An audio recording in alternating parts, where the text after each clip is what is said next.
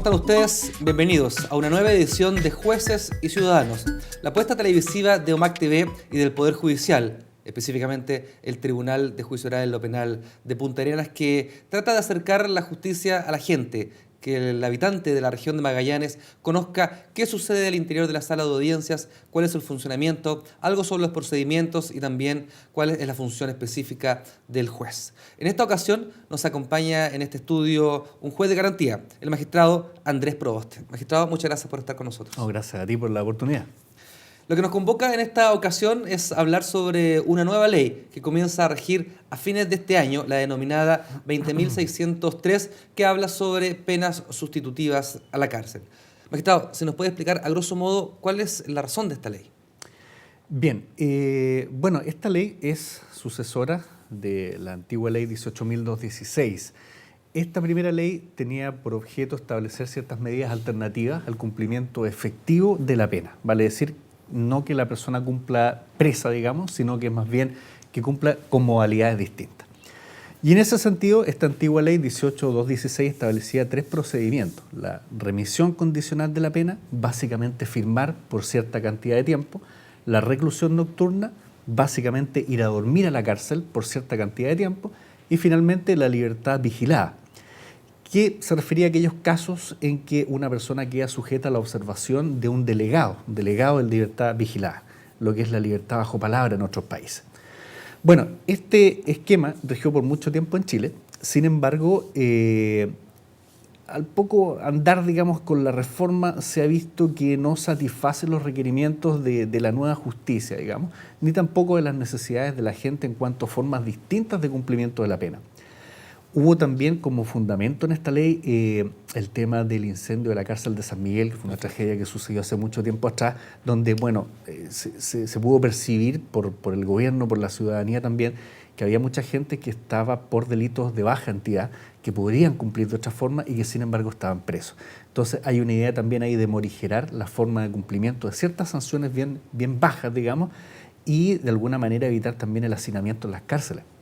Entonces todo esto llevó a que naciera esta nueva ley, que es la 20.603, que básicamente modifica la otra, y establece más formas, digamos, alternativas de cumplimiento de la pena.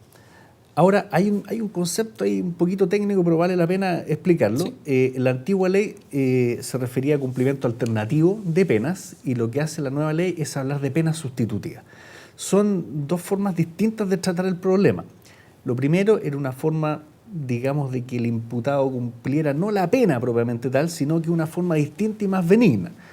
Con esta nueva ley, al hablar de penas sustitutivas, lo que se busca es que las personas cumplan la pena, ¿no? La cumplan de manera íntegra. Ya no es entonces un beneficio, como se decía antes, sino que es el cumplimiento de la pena en una modalidad diversa, digamos, pero siempre entendiendo que es el cumplimiento de la pena propiamente tal. La sensación de la ciudadanía, hasta antes de esta ley que comienza a regir a fines de este año, era que las personas que tenían estos beneficios no cumplían la pena, como muy bien dice usted. Había una sensación de impunidad dentro de la ciudadanía, claro, en cuanto a casos de gran impacto que terminaban con estas medidas de reemplazo.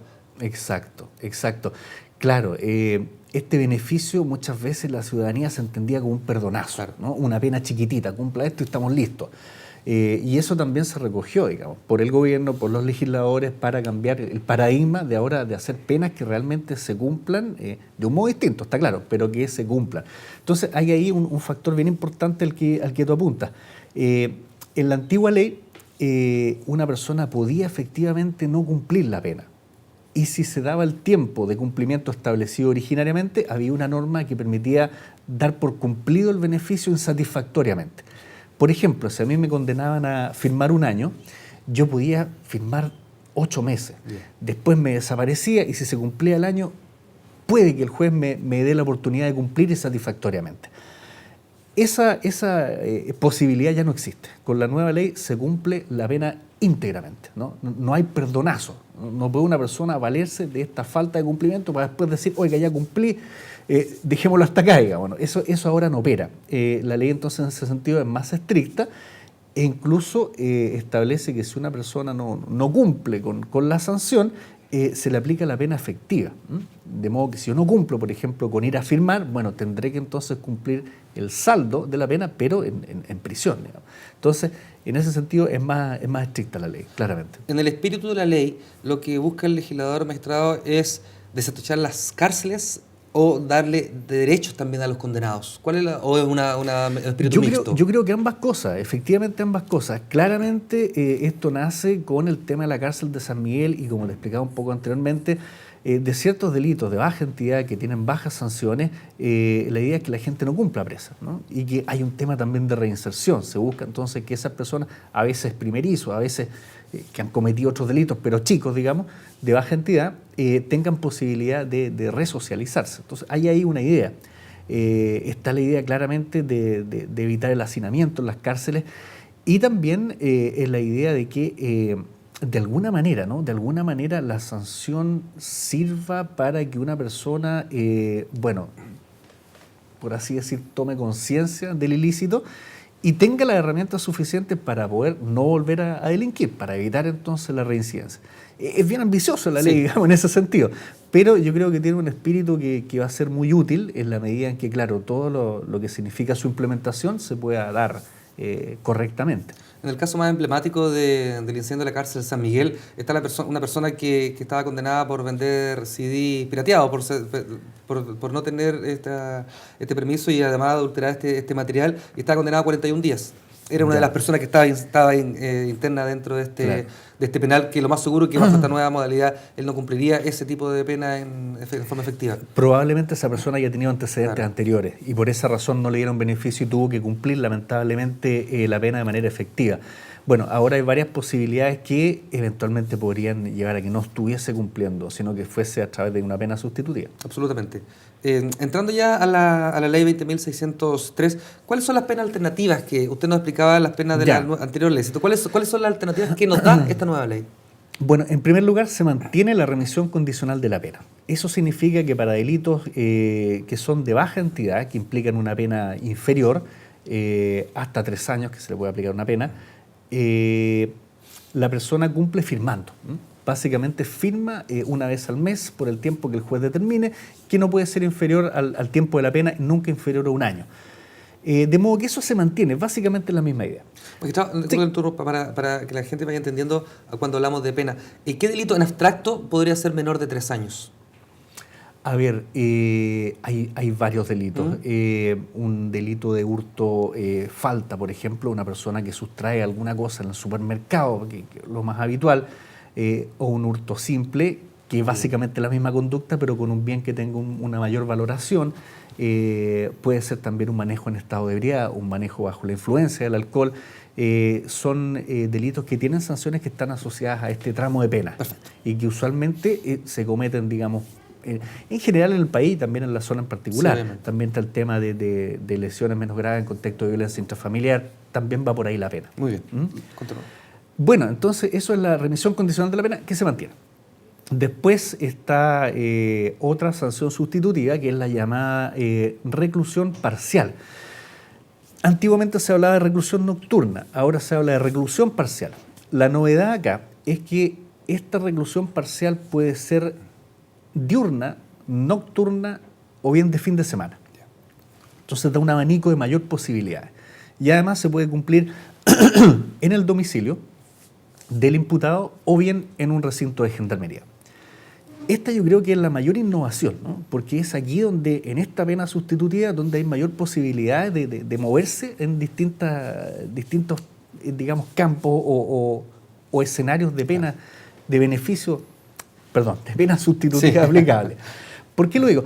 Muchas veces sucede que hay una persona que se le podría aplicar una sanción de reclusión parcial nocturna, por ejemplo, pero él no puede cumplir porque tiene horario de trabajo nocturno. Es un guardia, por ejemplo. Es un guardia de seguridad, por ejemplo, o una persona que tiene que desempeñarse de noche en algún servicio público, o, por ejemplo, las personas que trabajan en compañías mineras que tienen roles, ¿no? Entonces, que están 7 días acá y 7 días afuera, o la gente de la pesca, ¿no? Hay temporadas de repente que incluso como tribunal nos complican. Cuando está la temporada de la centolla, por ejemplo, la gente se desaparece por un buen tiempo, entonces uno ve que no es mala fe, pero la gente tiene que salir a trabajar también. Sí, hay aspectos culturales de cada zona que tienen que ser entendidas por la ley. Exactamente. Entonces, este nuevo abanico de posibilidades, insisto, nos permite ir situándonos en cada uno de esos casos específicos y poder brindar, digamos, una pena que sea acorde a lo que la persona pueda cumplir. La idea es que cumpla, pero que también que cumpla dentro de sus posibilidades. ¿Y la ley en este aspecto le da la libertad al juez, por ejemplo, que sea semana por medio la internación nocturna, por ejemplo, si es un minero que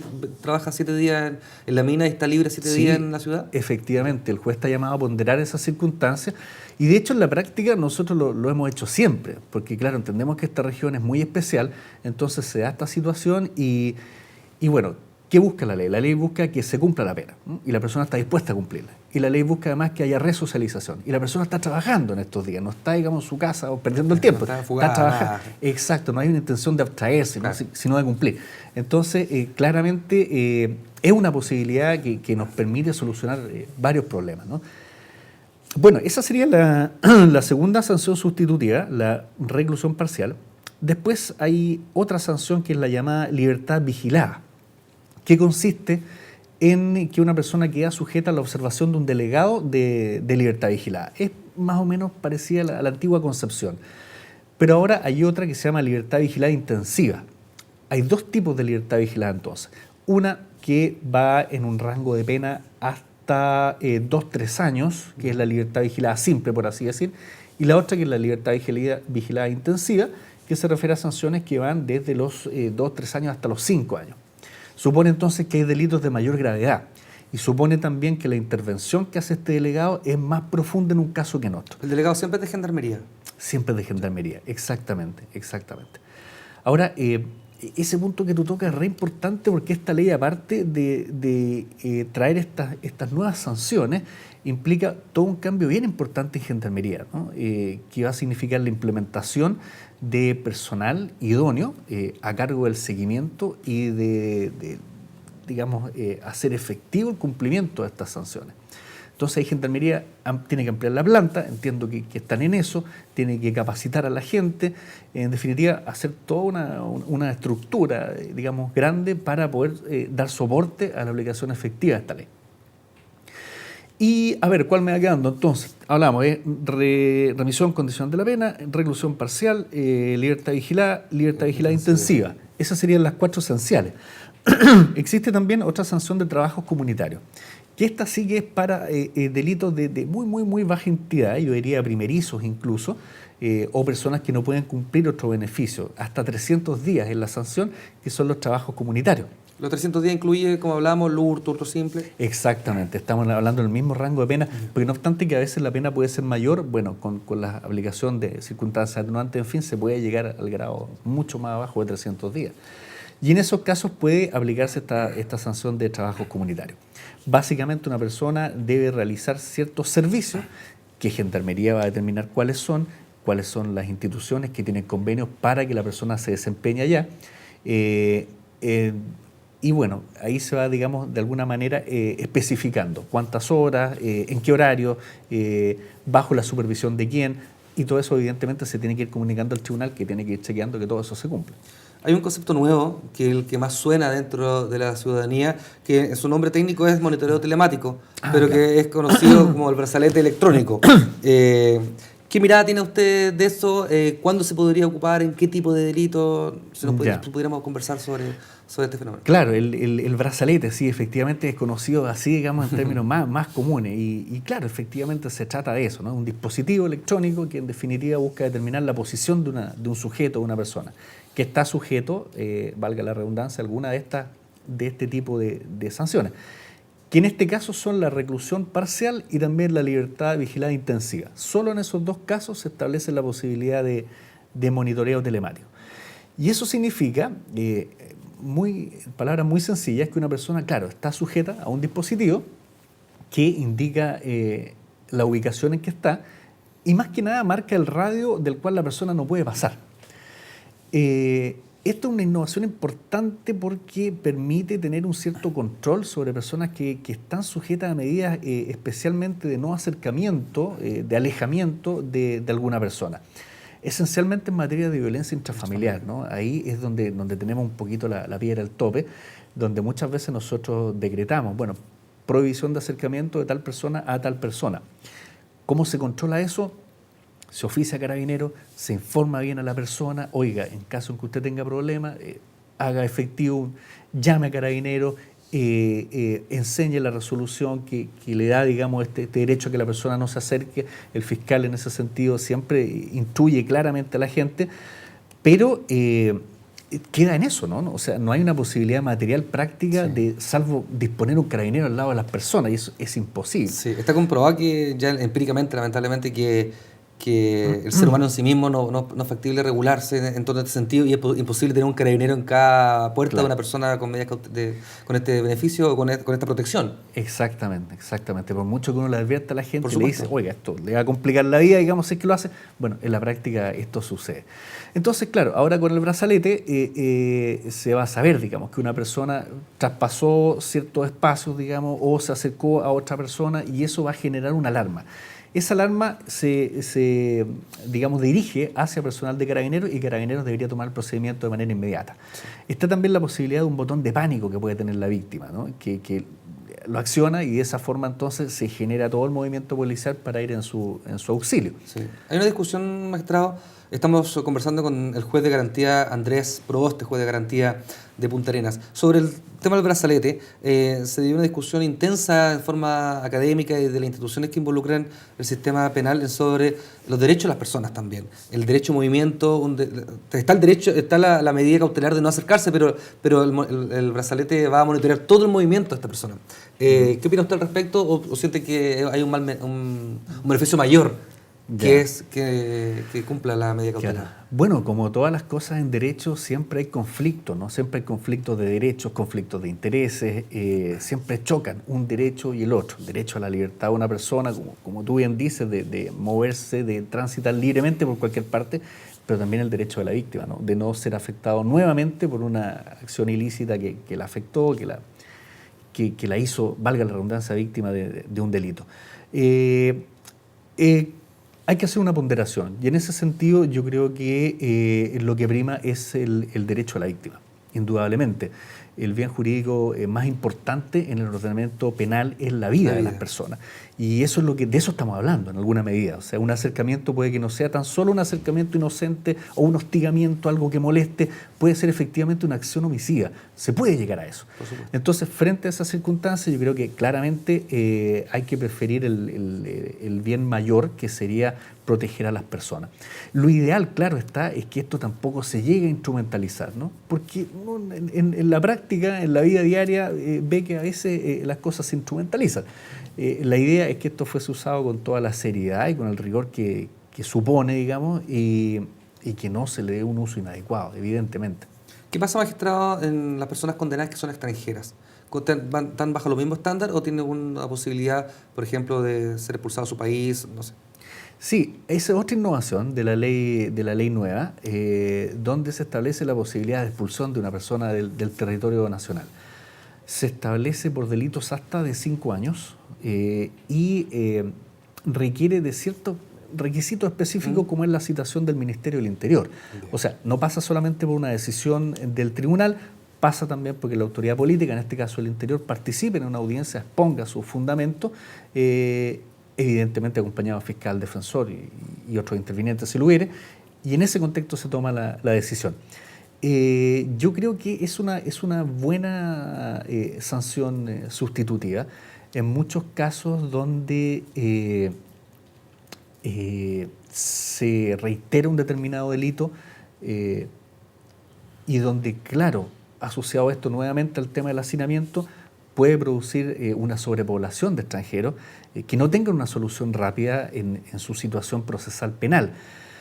Esto pasa, yo diría que no tanto en Punta Arenas, pero bueno, yo ejercí mucho tiempo en Iquique y conozco muy claramente la realidad regional allá, Y pasa mucho, en Arica, en Iquique, en Antofagasta, la cantidad de presos extranjeros, peruanos, bolivianos, es enorme, Sí. es enorme.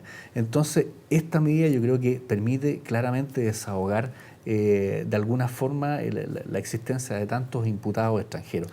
Claro que sí, como le digo, implica ciertos requisitos, tampoco una sanción inmediatamente aplicable, como que dijeran, bueno, extranjero, expulsión Fuera. inmediata. Claro, Sí. exactamente, hay que ponderar la situación. Y va a depender, me imagino, también de la gravedad del delito y el arraigo que el extranjero tenga en Chile. O sea, si esa persona que lleva 10 años, 15 años viviendo y tiene un delito asociado a conducción de estado de ebriedad. No es lo mismo que una persona que viene ingresando al país por narcotráfico. Exactamente. Claramente hay una diferencia enorme en un caso y otro.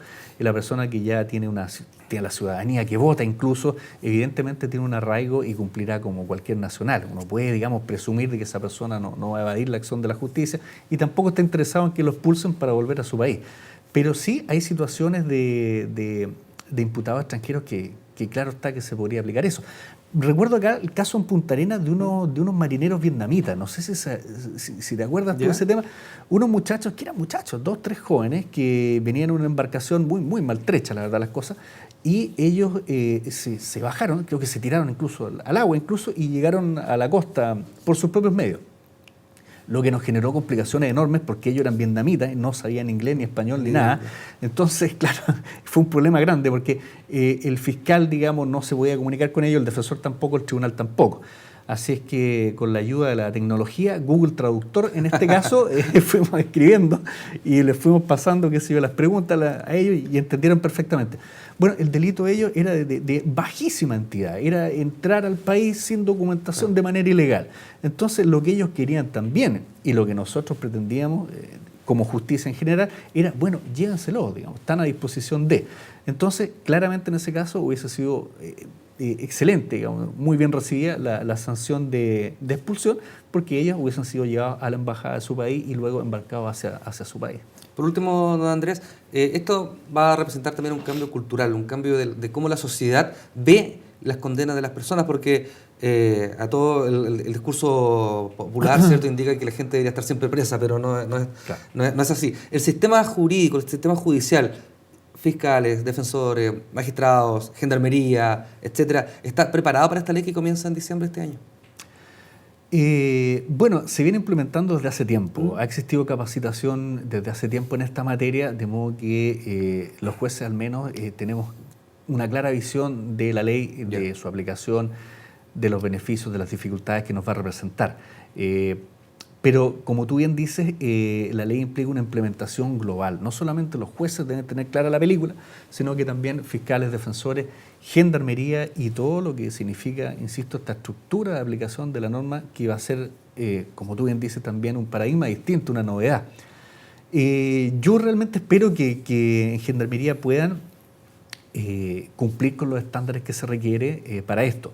Me da la impresión de que ellos también se han preparado bastante, que están bien comprometidos con este tema, que han hecho los cursos de capacitación, de modo que sí, yo creo que es auspicioso. No hay que perderle la pista, evidentemente hay que estar siempre encima de este tema, pero yo creo que es un buen sistema en definitiva de sanciones, al que hay que estar siempre, insisto, dotando de vigencia, actualizándolo, no dejándolo de la mano, por así decir, sino que integrándolo como una parte del sistema penal que tiene una vida propia y que va a tener importancia a futuro, claramente. Perfecto. Le quiero dar las gracias, magistrado, por participar.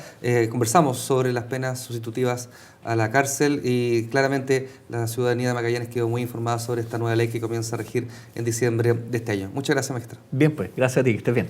Conversó con nosotros entonces el juez de garantía Andrés Proboste, juez de garantía de Punta Arenas. Por mi parte, nos reencontramos en un siguiente capítulo de Jueces y Ciudadanos por UMAC TV. Hasta pronto.